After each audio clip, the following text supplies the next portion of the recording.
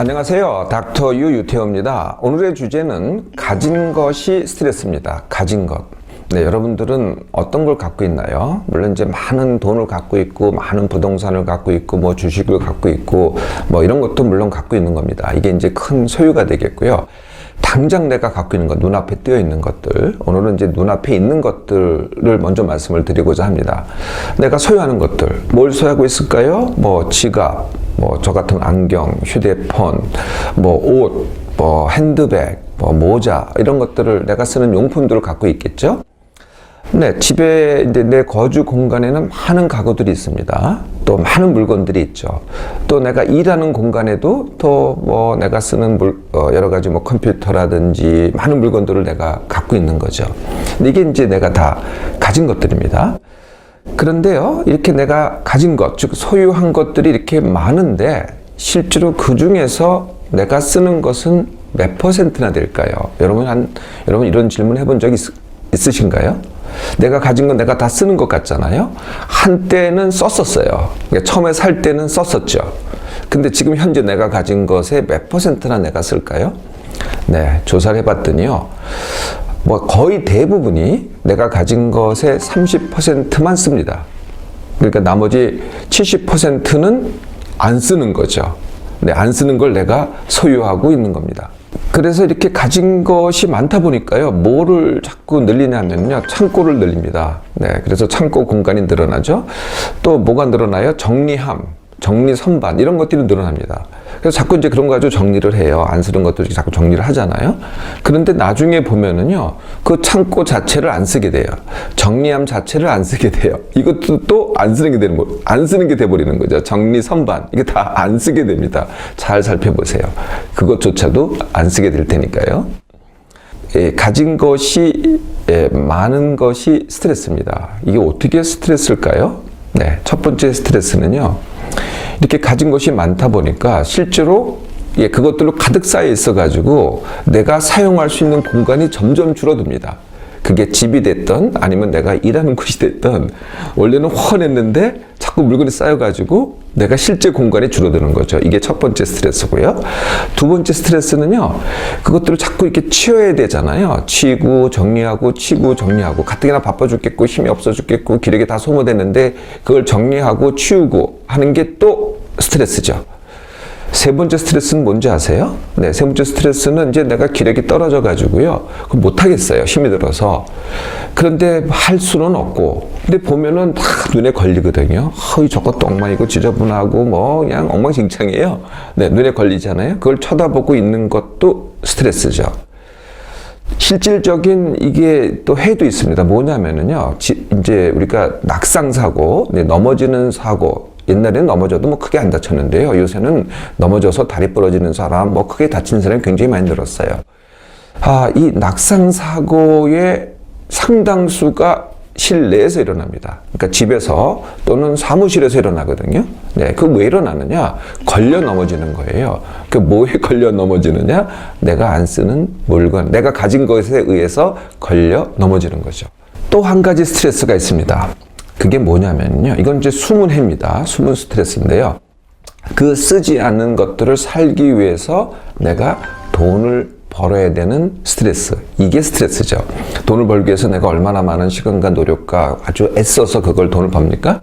그 돈을 벌어서 사가지고 결국은 내가 스트레스가 되는 것들, 스트레스 되는 것들을 내 주위에 갖게 되는 거죠. 이게 진짜 숨겨진 스트레스입니다. 자, 어떻게 이렇게 내 주위에는요, 쓰지 않는 물건들이 이렇게 많게 됐을까요? 네, 두 가지입니다. 계속 삽니다. 네, 첫 번째 이유는 계속 사는 거죠. 네, 두 번째 이유는요, 있는 물건을 처분하지 않는 겁니다. 그러니까 계속 보유하는 거거든요. 이 두 가지 이유 때문에 내 주위에는 쓰지 않는 물건들이 그렇게 늘어나기 시작하는 겁니다. 첫 번째 이유부터 볼까요? 왜 자꾸 필요하지 않는데도 자꾸 사게 될까요? 네, 여기 뭐 많은 이유가 있는데 크게 세 가지 이유가 있습니다. 첫 번째 이유, 이제 사는 것이 꼭 필요하기보다는 스트레스 해소 때문에, 내가 스트레스 해소하기 위해서 하고요. 두 번째는 이제 사는 게요, 아예 일상이 돼버렸어요. 삶의 습관이 돼버렸어요. 이게 두 번째 이유고요. 네, 세 번째 이유는요, 마케팅 때문에 그렇습니다. 마케팅에 엮여가지고 이 세 가지 이유가 있습니다. 하나씩 다시 볼까요? 스트레스 해소. 그러니까 이제 필요해서 사는 거는 당연한데요. 요새는요, 필요해서 사는 게 아니고요. 내가 그것을 삶으로 해서 내가 살 때 대우를 받아요. 네, 거기 파는 사람이라든지, 이렇게 대우를 받거든요. 네, 그 대우 때문에 사게 되는 거죠. 이게 스트레스 해소입니다. 두 번째는 남이 안 가진 걸 사는 재미. 이것도 스트레스 해소거든요. 네, 남이 못 가진 거를 내가 가졌다. 네, 세 번째는 이런 게 있어요.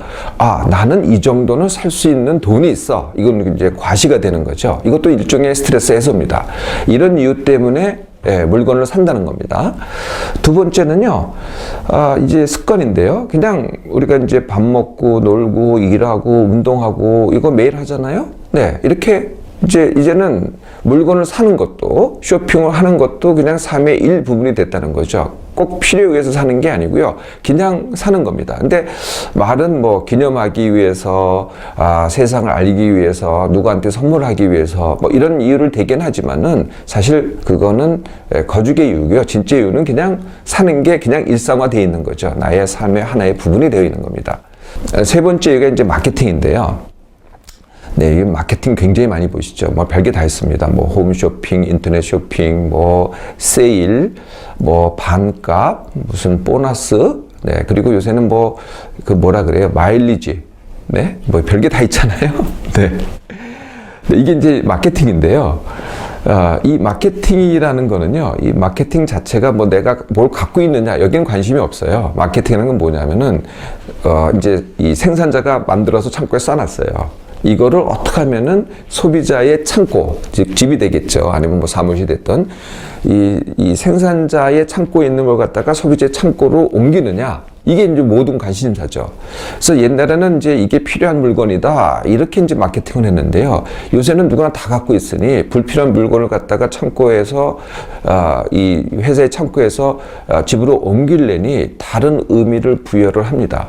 네, 또는 어떠한 감동을 갖다가, 그 물건에 대해서 감동을, 자극적인 감동을 주죠. 네, 거기에 이제 여러 가지가 있는 겁니다. 이런 것도 있어요. 예를 들면은 공정무역. 이걸 이제 사면은 내가 공정하게 무역하는 거다. 라든지, 소셜 마케팅 이런 것도 있습니다. 소셜 소비라 그래서 내가 물건을 사면은 이게 누구한테 이게 기부가 된다. 이게 이제 소셜 마케팅이죠. 네, 그러니까 물건에 대해서 스토리를 줘서 감동을 주거나 아니면은 이렇게 의미를 부여해서 마케팅을 하는 거죠. 모든 마케팅은 다 똑같습니다. 내가 갖고 있는 것에 주목하지 않고 말씀드렸지만은 회사의 창고에서 소비자의 창고로 옮기는 게 마케팅이다. 라는 거죠. 여기에 엮이면은 반드시 사게 됩니다. 자, 두 번째 이유는요, 불필요한 것을 처분하지 않기 때문입니다. 불필요한 것을 왜 처분하지 않을까요? 네. 가장 이 표면적인 이유는요, 아까워서입니다. 내가 아까워서 버리지 못한다. 근데 사실은요, 다른 이유가 있어요. 이게 사는 건 되게 쉽고, 재밌고, 이게 신나는데요. 반면에요, 없애는 건 되게 힘듭니다. 이게 힘들고 짜증나고 후회되고 아깝고 뭐 하여튼 별 생각이 다 들어요. 이게 되게 힘든 일이에요. 처분한다는 게 되게 힘든 일이거든요. 이게 진짜입니다. 그러니까 처분할 땐 돈도 들고요, 노력도 들어요. 예를 들면 살 때는요, 배달해 주잖아요. 처분할 때는요, 배달이라는 게 없어요. 내가 내 힘을 들여서 손수해야 됩니다. 아니면 돈을 또 드려야 되고요. 이러니까 처분하기가 어려운 거죠. 자, 이렇게 해서 이제 나한테 쓸데없는 것들을 이렇게 많이 소유하게 되는데요. 지금부터 쓸데없는 것 말고 쓸 것만 갖기, 이거 한번 해볼까요?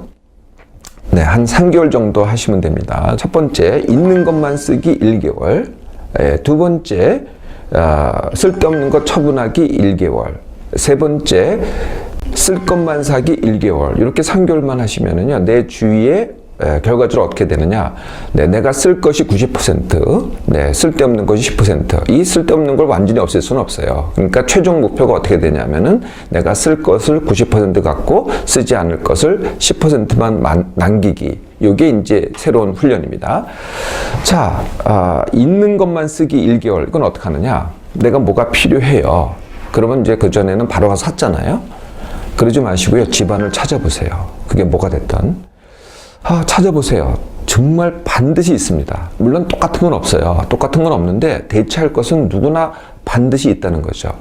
그걸 쓰시라는 거예요. 네, 그렇게 해서 일기예보를 갖다가 새로 사지 말고 있는 거 쓰기를 해보세요. 네, 그러면은 1개월 지나면 어떻게 되겠어요? 그러면은 이거는 확실히 쓸 데가 없구나. 네, 내가 쓸 데 있는 건 내가 이미 쓰잖아요. 네, 있는 거 쓰니까 확실히 쓸 데 없는 것이 남게 됩니다. 네, 그러면은 이제 두 번째 달부터 어떻게 해요? 좀 수고스럽지만은 쓸데없는 것 없애기, 처분하기를 해야 됩니다. 네, 두 가지 방법이죠. 하나는 그냥 버리면 되는데요. 이게 조금 수고스러워요. 그냥 버린다고 버려지지가 않고 이게 돈 주고 버리든지 내가 그걸 들고 나가야 되든지 이게 또 옮긴다는 게 물건이 크면 힘들잖아요. 하여튼 이런 수고를 좀 해야 됩니다. 그래서 나한테 쓸데없는 것들은 버리든지 아니면은 남을 주든지, 요새는 그런 건 이제 옷가지 같은 것들은 되게 쉽게 이게 남을 줄 수가 있죠. 그 외에도 다른 물건들도요. 그 받는 잘 찾아보시면은 받는 데가 있어요. 기부하는 데가 있거든요. 조금 수고스럽더라도 한 달 정도만 나한테 불필요한 것들을 없애기를 하시는 거죠. 세 번째 단계가 쓸 것만 사기를 하는데요.